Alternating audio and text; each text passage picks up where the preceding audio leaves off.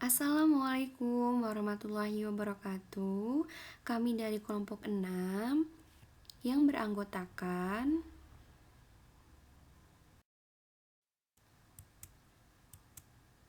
ada Aninta Gina Syarfina, ada Nadia Ulfa, dan juga ada Novita Dwi Lestari.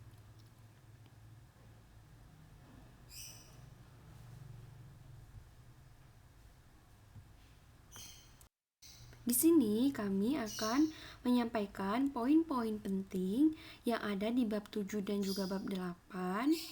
Bukunya Umar dan juga Roger Baugi yang berjudul Research Methods for Business, dengan materi pertama yaitu metode pengumpulan data, pengantar, dan wawancara.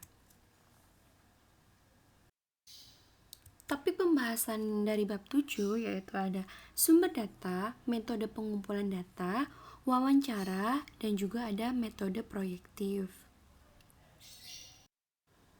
Yang pertama yaitu sumber data.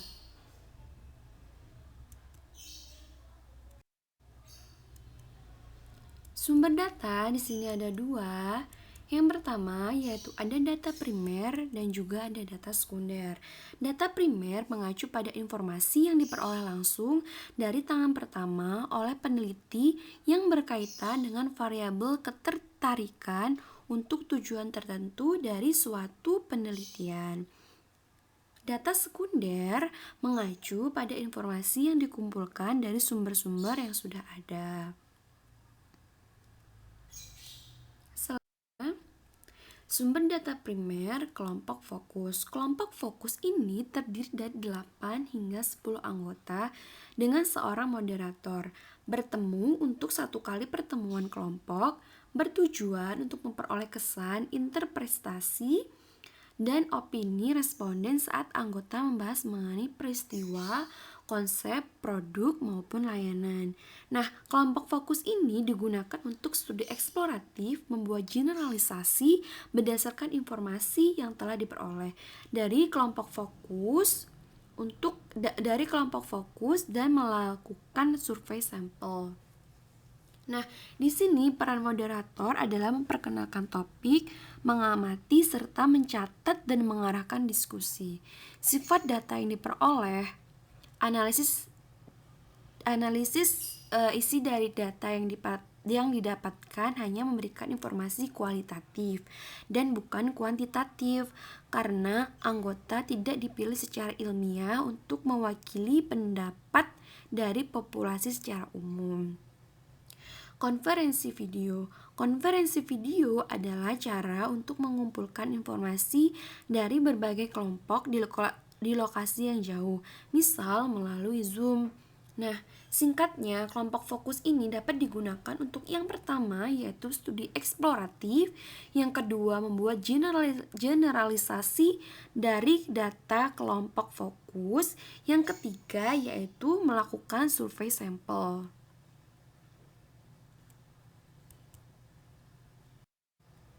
Sumber data primer panel. Pemilihan anggota panel untuk studi penelitian dipilih secara acak, lalu anggota bertemu lebih dari satu kali.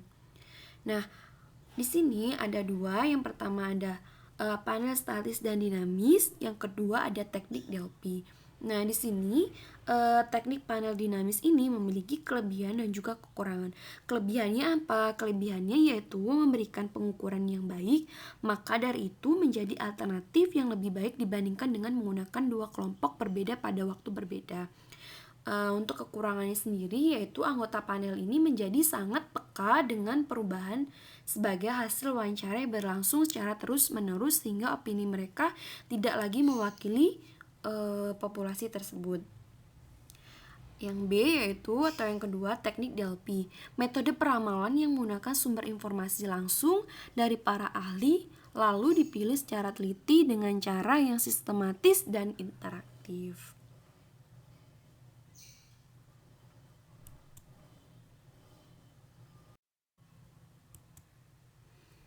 Sumber data primer ukuran umum. Ukuran umum atau ukuran yang samar biasa disebut ukuran jejak berasal dari sumber data primer. yang tidak melibatkan orang-orang.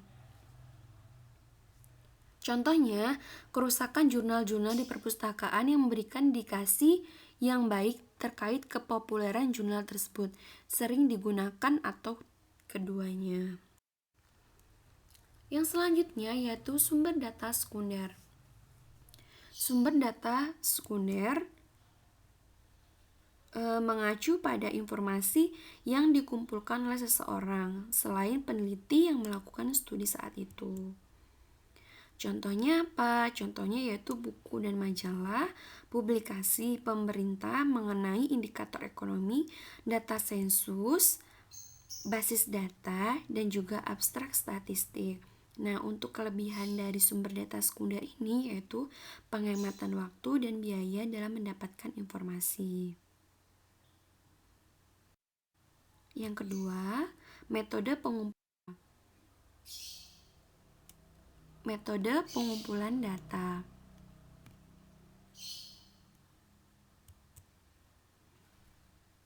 Metode pengumpulan data meliputi wawancara, observasi terhadap individu dan peristiwa, serta pemberian kuesioner. Nah, ini merupakan 3 metode utama pengumpulan data survei. Pilihlah metode pengumpulan data tergantung pada fasilitas yang tersedia, tingkat akurasi yang diperlukan, keahlian peneliti, lama waktu studi, dan juga biaya.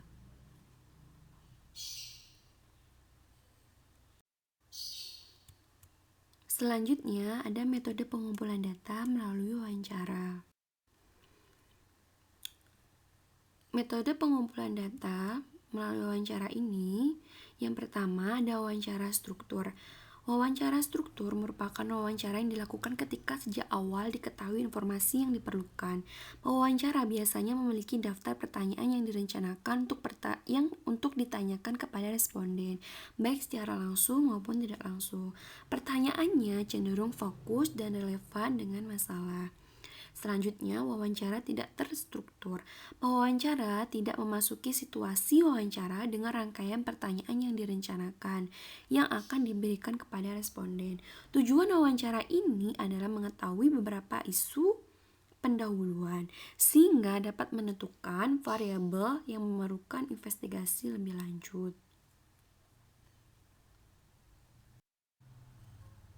Metode pengumpulan data melalui wawancara ini yaitu ada selanjutnya tinjauan wawancara tidak struktur dan wawancara struktur. Wawancara tidak struktur ditujukan untuk menghasilkan identifikasi beberapa faktor, kemudian ditindaklanjuti lebih jauh dan fokus melalui wawancara terstruktur. Selanjutnya, melatih pewawancara. Pewawancara harus melakukan briefing mengenai penelitian hingga memotivasi responden. Selanjutnya, pewawancara juga melakukan instruksi pembuatan catatan dan pengkodean respon wawancara untuk memudahkan pengambilan data. Kiat-kiat untuk melakukan wawancara harus bebas dari bias. Orang yang diwawancara tidak boleh hanya memberikan jawaban yang diinginkan oleh peneliti, dan harus jujur dan apa adanya agar menghindari bias. Selanjutnya, membangun kredibilitas hubungan dan memotivasi individu untuk merespon. Peneliti dapat membangun hubungan dengan bersikap menyenangkan, tulus, peka, dan tidak menghakimi, agar responden tidak memiliki perasaan takut, gelisah, dan juga curiga.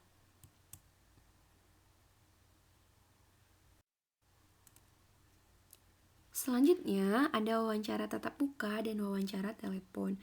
Wawancara tatap muka ini memiliki kelebihan dan juga kekurangan. Kelebihannya apa? Kelebihannya yaitu peneliti dapat menyesuaikan pertanyaan sesuai kebutuhan. Sedangkan kekurangannya yaitu adanya keterbatasan geografis yang menghalangi survei jika dilakukan dalam lingkup nasional maupun internasional. Wawancara telepon di sini juga memiliki kelebihan dan juga kekurangan. Kelebihannya yaitu dapat berkomunikasi dengan orang yang berbeda dalam waktu yang lebih singkat. Kekurangannya yaitu narasumber dapat mengakhiri wawancara tanpa peringatan dengan langsung menutup telepon. Wawancara dengan bantuan komputer ada ChatGPT dan juga CAPI. ChatGPT yang digunakan dalam penelitian bersifat efektif karena respon terhadap survei dapat diperoleh dari orang-orang di seluruh dunia. CAPI membutuhkan investasi besar dalam perangkat keras lunak.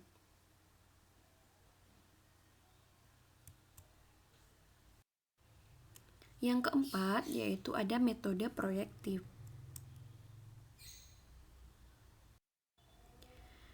Nah, di dalam metode proyektif ini ada 3 pokok pembahasan. Yang pertama ada teknik asosiasi kata.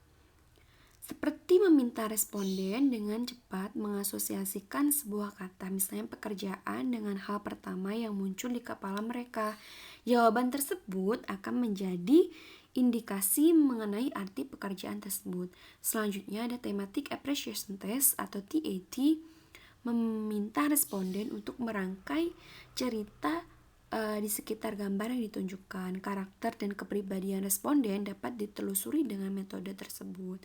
Selanjutnya ada uji Inkblot. Maaf kalau ada salah dalam pengucapan kata. Inkblot adalah nada tinta berwarna yang diinterpretasikan oleh responden yang menjelaskan apa yang mereka lihat dalam beragam pola dan warna tersebut.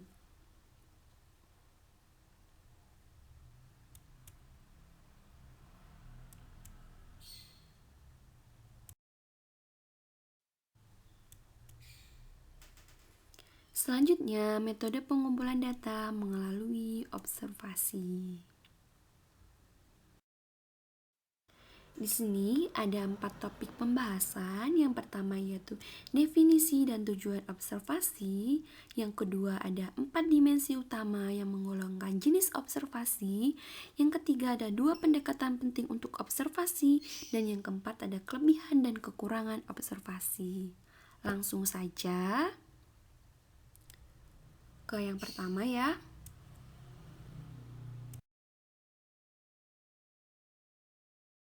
Yang pertama ada definisi dan tujuan observasi.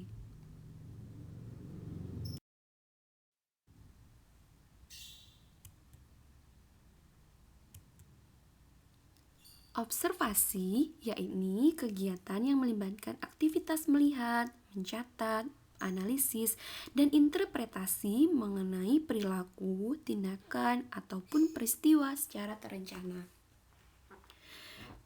Cara observasi dilakukan diantaranya yakni yang pertama kontrol, yang kedua apakah pengamat merupakan anggota dari kelompok yang diobservasi atau tidak, yang ketiga struktur, dan yang keempat ada kerahasiaan.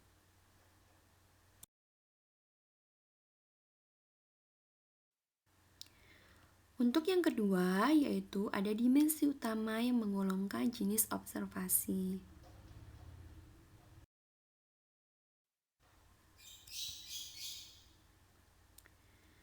Di sini ada studi observasional terkontrol versus studi observasional tidak terkontrol.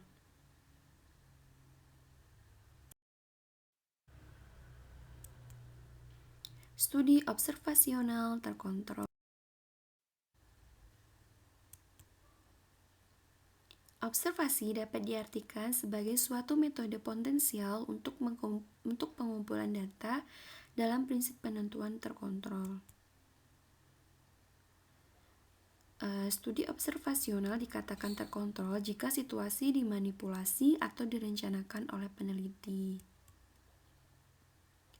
Misalnya, pengalaman dari subjek di sini bisa dari konsumen, karyawan, ataupun investor terhadap situasi atau kondisi tertentu. Contohnya, tata ruang, kondisi buruh, jumlah tekanan waktu tertentu.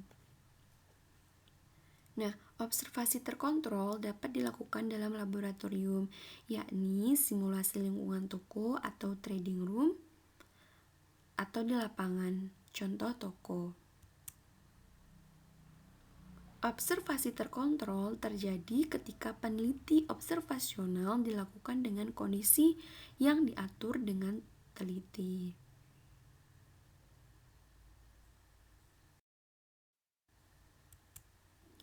Selanjutnya, studi observasional tidak terkontrol.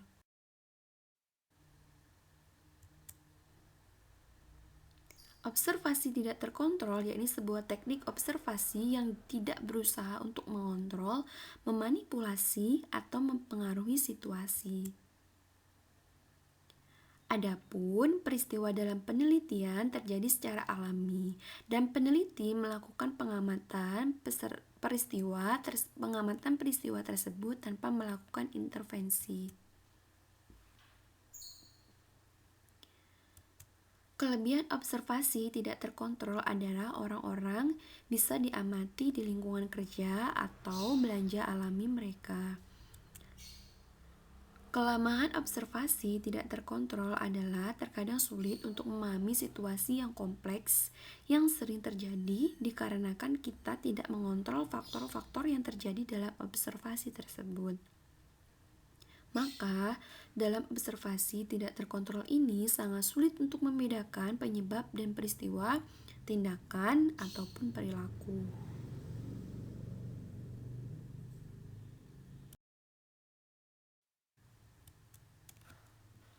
Selanjutnya, ada observasi partisipan versus observasi non-partisipan.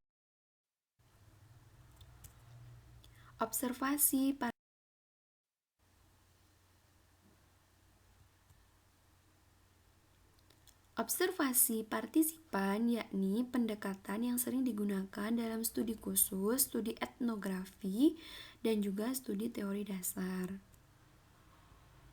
Dalam observasi partisipan, peneliti mengumpulkan data dengan berpartisipasi dalam kehidupan sehari-hari dari kelompok ataupun organisasi yang diteliti.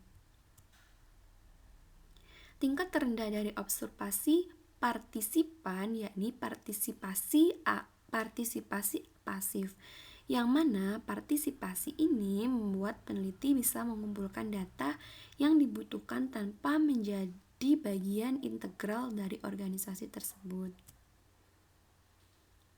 Partisipasi moderat terjadi ketika peneliti tidak secara aktif berpartisipasi dan hanya sesekali berinteraksi dengan kelompok yang diteliti.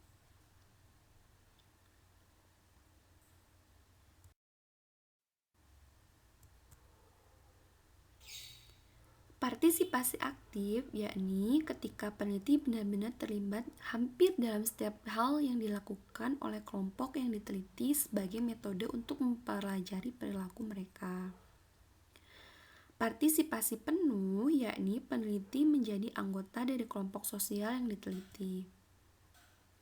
Observasi partisipan berusaha untuk memperoleh pemahaman dari kelompok sosial dari sudut pandang orang dalam.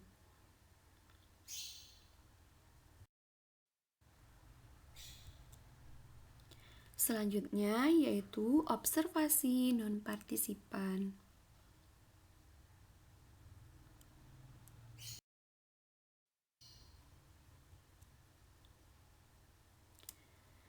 Dalam observasi non-partisipan, peneliti tidak pernah secara langsung terlibat dalam tindakan dari aktor atau pelaku, namun mengamati mereka dari luar jangkauan visual aktor, misalnya melalui kaca satu arah atau kamera.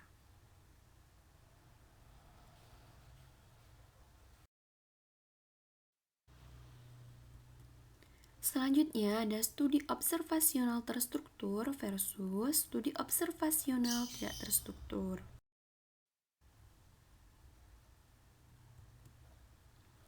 Studi observasional terstruktur.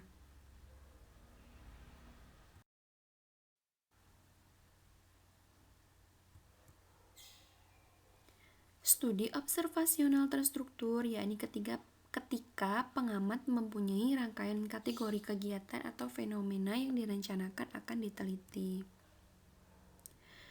Format pencatatan observasi dapat didesain dan dibuat secara spesifik untuk masing-masing studi agar sesuai dengan tujuan dari penelitian tersebut. Observasi terstruktur secara umum bersifat kuantitatif, yang mana biasanya terdapat dalam masalah yang berhubungan dengan karakteristik dan ketertarikan, misalnya durasi dan frekuensi kejadian.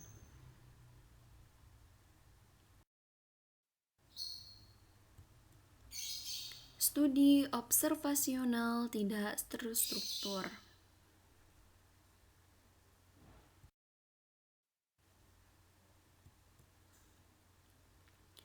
Studi observasional tidak struktur biasanya pada tahapan awal studi, yakni ketika peneliti belum mempunyai ide yang jelas dari aspek-aspek tertentu yang membutuhkan fokus atau perhatian. Nah, yang mana pada tahap awal studi ini, peneliti yang melakukan pengamatan akan melakukan pencatatan terkait segala sesuatu yang diteliti secara praktis.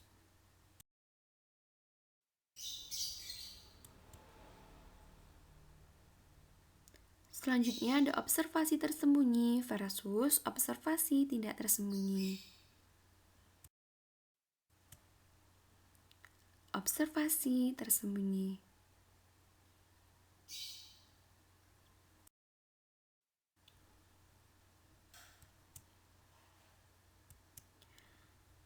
Kerahasiaan observasi berkaitan dengan apakah anggota dari kelompok sosial yang diteliti diberitahu bahwa mereka sedang diinvestigasi.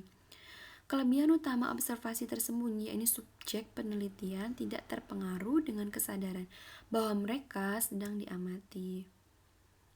Reaktivitas atau tingkat di mana peneliti mempengaruhi situasi yang diamati dapat menjadi ancaman utama terhadap validitas hasil dari studi observasional tersebut.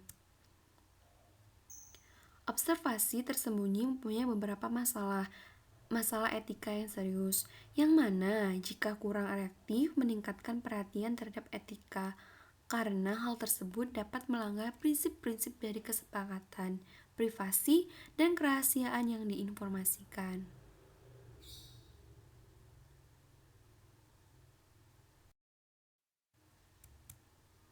Selanjutnya ada observasi tidak tersembunyi.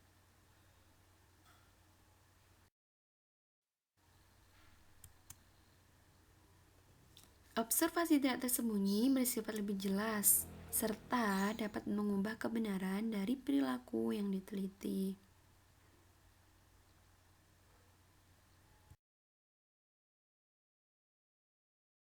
Untuk topik pembahasan yang ketiga, yaitu ada 2 pendekatan penting untuk observasi.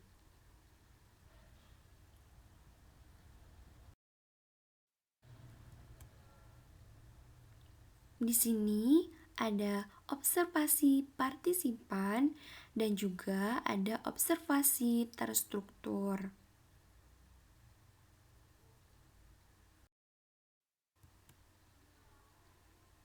Untuk yang pertama ada observasi partisipan.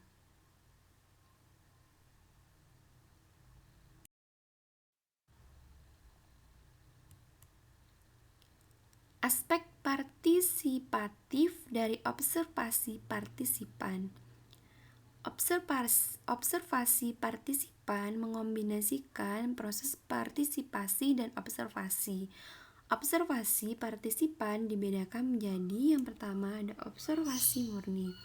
Observasi ini berusaha untuk menghilangkan peneliti dari tindakan dan perilaku yang diamati. Yang kedua ada partisipasi murni. Nah, partisipasi murni ini diartikan sebagai menjadi penduduk asli.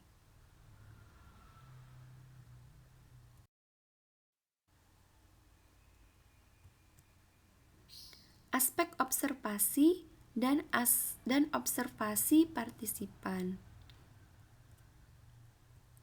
Selama berpartisipasi, peneliti harus mengamati dan mencatat serta melakukan analisis perilaku, tindakan, interaksi, kejadian, dan lainnya. Nah, Adapun memperoleh izin merupakan langkah pertama dalam observasi partisipan. Selanjutnya, menemukan sponsor atau orang yang disukai dan dihormati dalam lingkungan yang menjadi tempat penelitian. Serta aspek penting dari observasi partisipan yaitu membangun hubungan.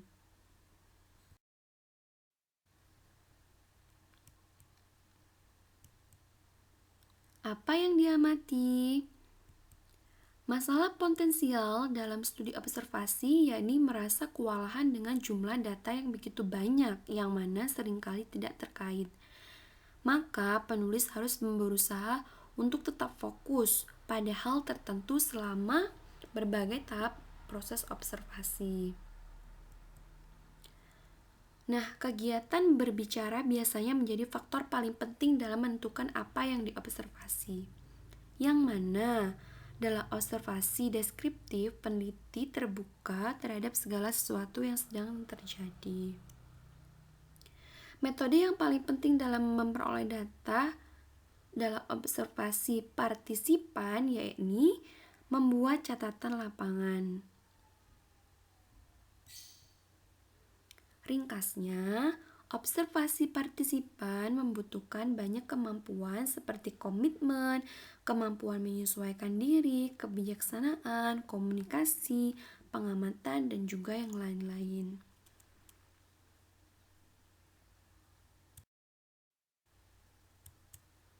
Selanjutnya ada observasi terstruktur.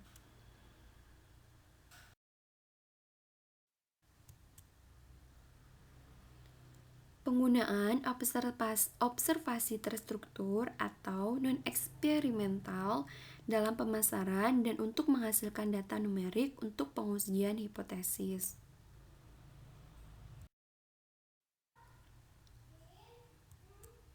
Selanjutnya, penggunaan skema pengkodean dalam observasi terstruktur. Skema pengkodean yakni terdiri dari kategori yang sudah ditentukan sebelumnya untuk mencatat apa-apa yang diamati. Dalam penggunaan skema pengkodean diperlukan pertimbangan di antaranya. Yang pertama ada fokus, yang kedua ada objektif, yang ketiga ada mudah untuk digunakan, yang keempat bersifat saling lepas, mutual eksklusif, dan collectively exhaustive. Dalam skema pengkodean, peneliti bisa membuat kode kejadian yang terdiri dari checklist sederhana, urutan kejadian, dan urutan skala waktu. Skema pengkodean harus bersifat valid, observasi yang akurat, dan reliable atau konsistensi observasi. Untuk materi yang keempat yaitu kelebihan dan kekurangan dari observasi.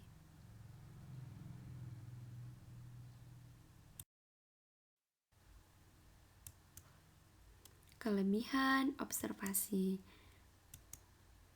Yang pertama yaitu kelebihan utama observasi yakni bersifat langsung. Yang kedua, kelebihan lainnya yakni memungkinkan untuk mengamati kelompok individu tertentu. Misalnya, anak-anak yang masih sangat kecil dan eksklusif yang sangat sibuk, yang mana mungkin akan sulit untuk memperoleh informasi dari mereka. Nah, untuk kekurangan dari observasi ini yang pertama yaitu reaktivitas atau tingkat peneliti mempengaruhi situasi yang diamati, yang mana dapat menjadi ancaman utama terhadap validitas temuan dari sudut observasi. Yang kedua, peneliti yang melakukan studi observasional seringkali mengurangi data yang dicatat.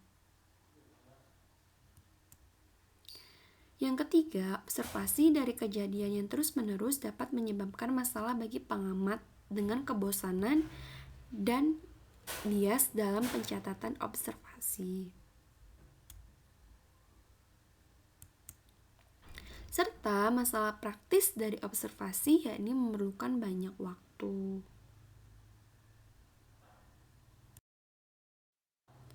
Sekian presentasi dari kelompok 6. Kurang dan lebihnya saya mohon maaf. Saya akhiri. Wassalamualaikum warahmatullahi wabarakatuh.